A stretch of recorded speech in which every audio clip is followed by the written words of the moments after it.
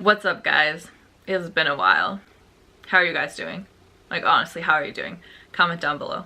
Tell me how you're doing. I know there's a lot of craziness going on right now, and I would love to know how everyone's doing. Are you enjoying being home with, like getting some true family time, spending some time outdoors? Are you really stressed out about it? Is there bigger issues going on? Tell me how you guys are doing. I'd love to connect with you or reconnect with you in the comments down below. So it's been a while since I've been on YouTube, and I thought rather than post a normal like a Poshmark video or some kind of experiment, I would just do a sit down Q&A, update you guys on my life. Again, comment down below, update me on your lives. And so I went on both in the YouTube community page on my channel as well as on Instagram and asked you guys for some questions so I could do a video just answering questions about both my personal life and reselling. This is probably going to be a decently long video since I'm answering a bunch of questions, so feel free to put it on the background while you're listening. Obviously you don't need to see my face to follow along with what I'm talking about, or you grab a beer if you want to just hang out with me while I talk. I am doing a live video tomorrow night on Common Tag's channel, and we actually will be just drinking and talking. So if you guys want to come hang out with us live, that'll be tomorrow night on Common Tag's channel at 6 p.m. Pacific Standard Time, which is 8 p.m. in Iowa, and it's 9 p.m. on the East Coast. So come join us tomorrow night on Courtney's channel, which is Common Tags. So obviously the really big thing is COVID-19, and so I got a decent amount of questions asking about things related to that. So I thought I would start with those questions.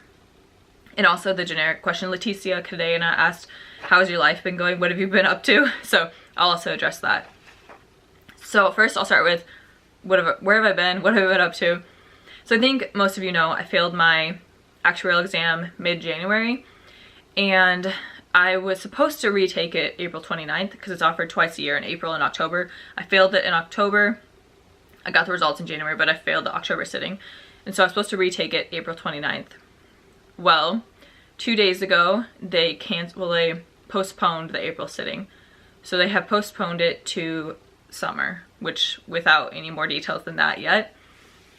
So I was busy studying. I've been basically just studying, working, and keeping the wedding moving forward and not worrying about YouTube or reselling, with the thought that I just need to put the exams behind me. I'm almost done. I have this one exam left. I got a 5 last sitting. I need a 6 to pass. So just put my head down, study hard, and get done with this. That was my mindset. And that's why I was like, I'm just gonna forget about YouTube, not worry about reselling, and I'll come back to it when I'm done with exams. Well, 2 days ago, they canceled the exam. So now I'm back to YouTube. So, okay. So other questions were, Girl Shopped Official asked, has COVID affected your full-time job? Alana O'Brien asked, has your company closed its doors because of COVID-19? Clum's Card House asked, has COVID affected your life other than the actuarial exam? Shop Good Vibes Flipped asked, are you afraid that COVID-19 might interfere with your wedding? And Melissa McKenzie asked, how are you keeping busy during the quarantine? So I'm going to answer that set of questions next. So I think two of them were about the company I work for and how they're being impacted.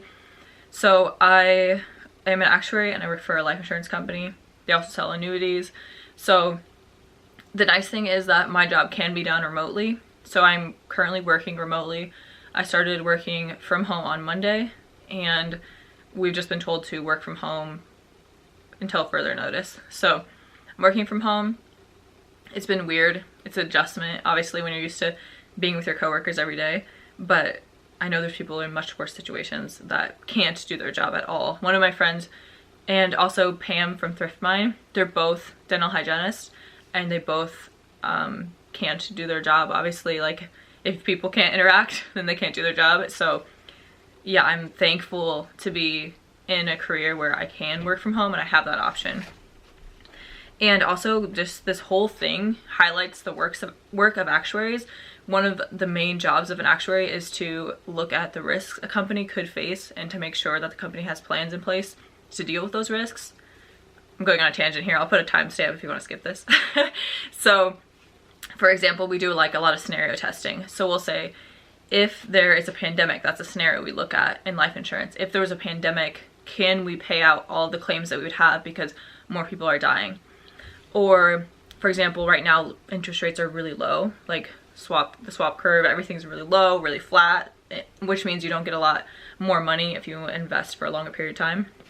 So that also impacts like our annuity investments. It impacts a lot of things, but some of the other testing we do is to say, if interest rates were to drop, could we sustain, be able to pay our customers, have the money we need to keep afloat?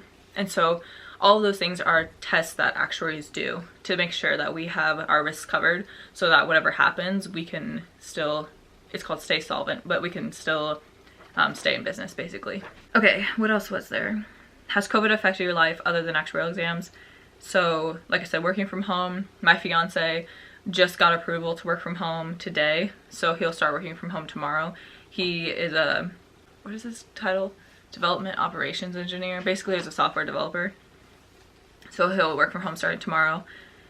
And then, are you afraid the COVID-19 might interfere with your wedding? So our wedding is scheduled for July 18th.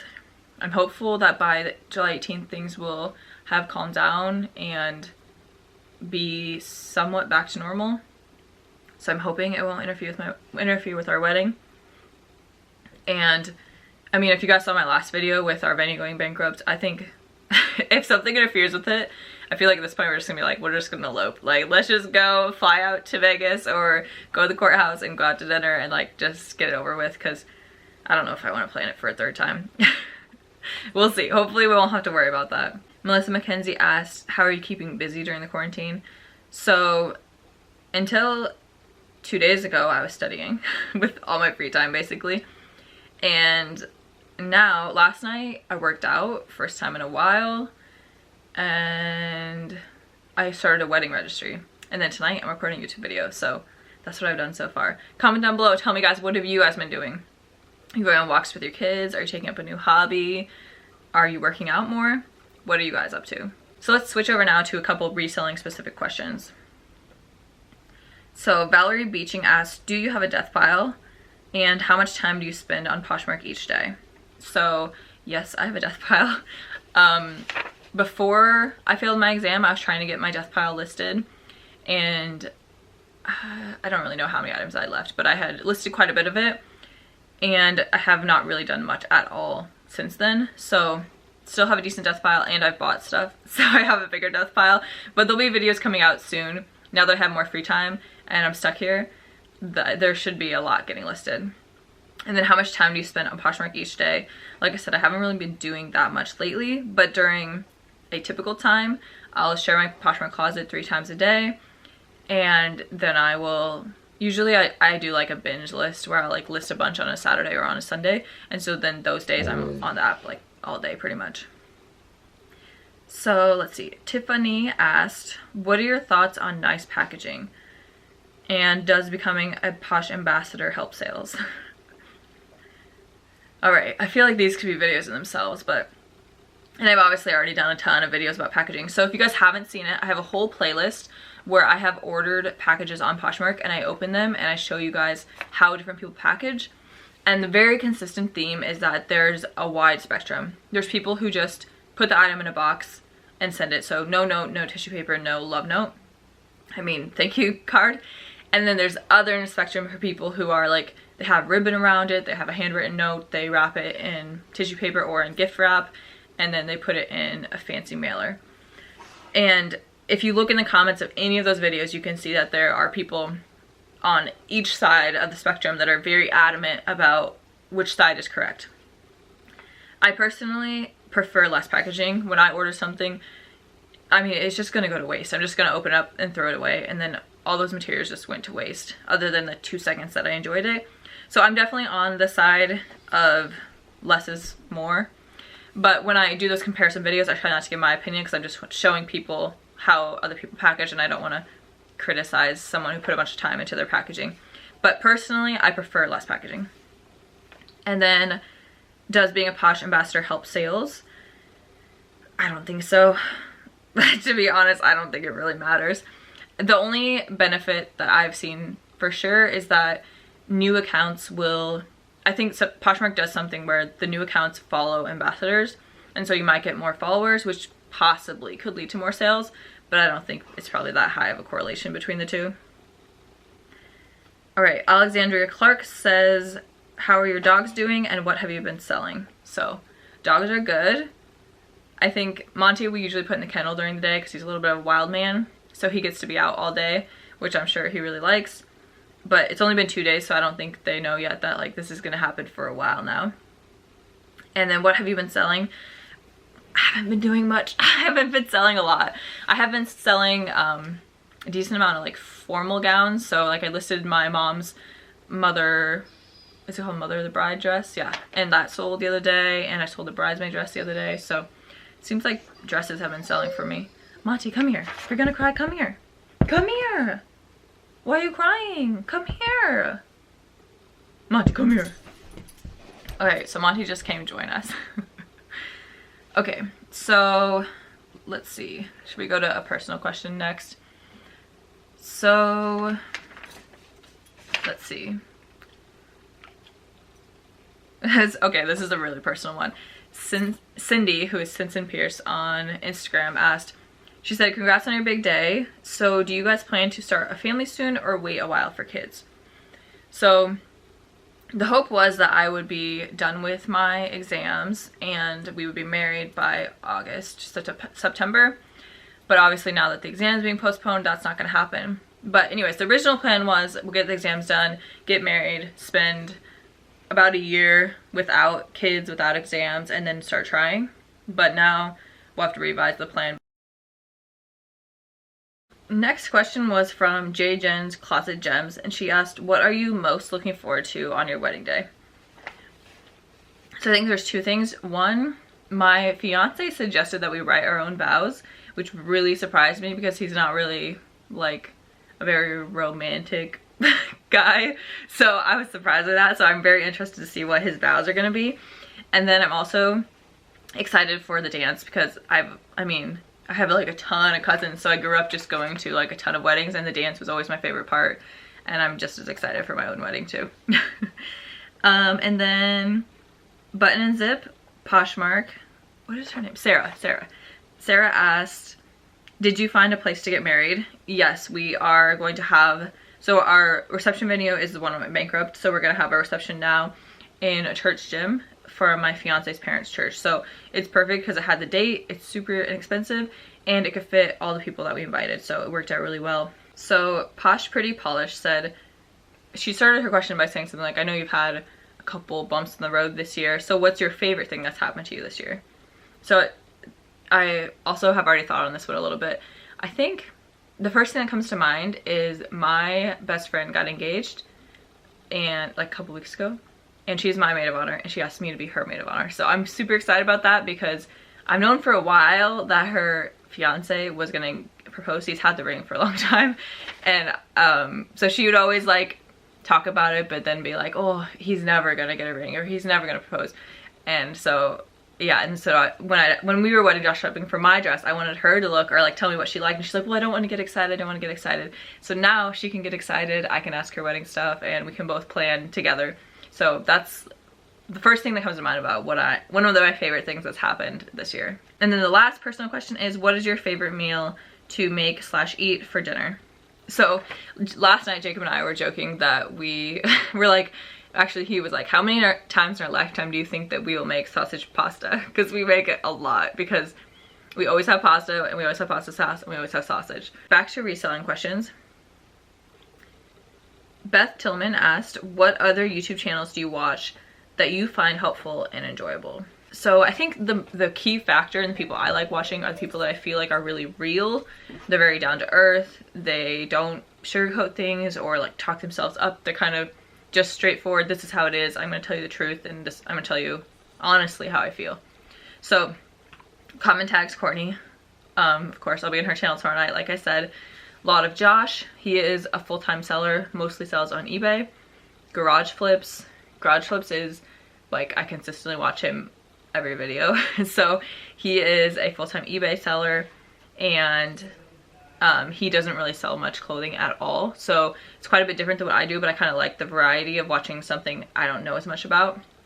I also really like watching Resell Rabbit.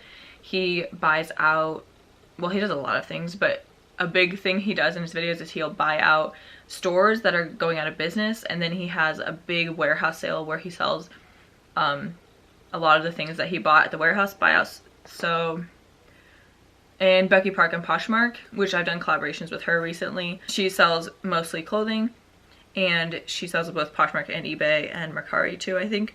So those are the first people that come to mind. Those are the people that I watch most often. And I think I've mentioned all of them in videos before. So the next question is from Realtor Beverly. She asked, how much do you typically make from reselling in a month? So I have a whole playlist on my channel of what sold videos. And in my what sold videos, I go through every single item that sold in a month, and I tell you how much I sold it for, what fees came out from the platform that it was sold on, how much I paid for the item, and how much I profited. How much my take-home pay was. So if you want detailed breakdowns, you can go watch those videos, but generally I profit about $300 to $600 a month, and then the sales price then is usually like double that sold, but then my profit is like $300 to $600, just depending on how much time and effort I put into it. And some month I want to, like, I am a part-time reseller, and I also study. So I work full-time, I study, and then I do reselling on top of that. So I do expect those numbers will go up quite a bit when I no longer have studying to worry about, and and wedding planning. So when I am just working full-time and reselling, I really want to see what I can get those numbers to. And so hopefully stay tuned on my channel and see how that goes. I do not know how to say this name. Ebkarika? Sorry, I'm sure that wasn't quite right. She asked, do you see yourself reselling full-time or maybe making a family business with your fiance? I don't think I will resell full-time until like maybe I'm retired or something, because it's just not stable enough, and I don't have enough good sourcing opportunities near me that I think I could feel stable or comfortable reselling full-time. So at this moment, I don't see myself doing that, but who knows, maybe that'll change in the future. And the other half of the question was, or do you see yourself making a family business with your fiance? So my fiance doesn't really enjoy thrifting, doesn't enjoy garage selling, but I don't really enjoy his hobbies. So he plays soccer and plays video games. So we each kind of have our own hobbies that we do separately. So I doubt that he would ever join in. My mom, however, she used to have a consignment store. So I could see her like maybe getting into it a little bit more someday.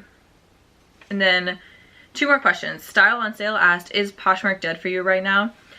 So Poshmark is dead for me, but I also have not been listing. I haven't been sharing. I have not been active. So I would expect that no matter what, even given the current environment, even if it was in a boom economy, if I'm not sharing, if I'm not listing, I'm gonna expect it to be dead.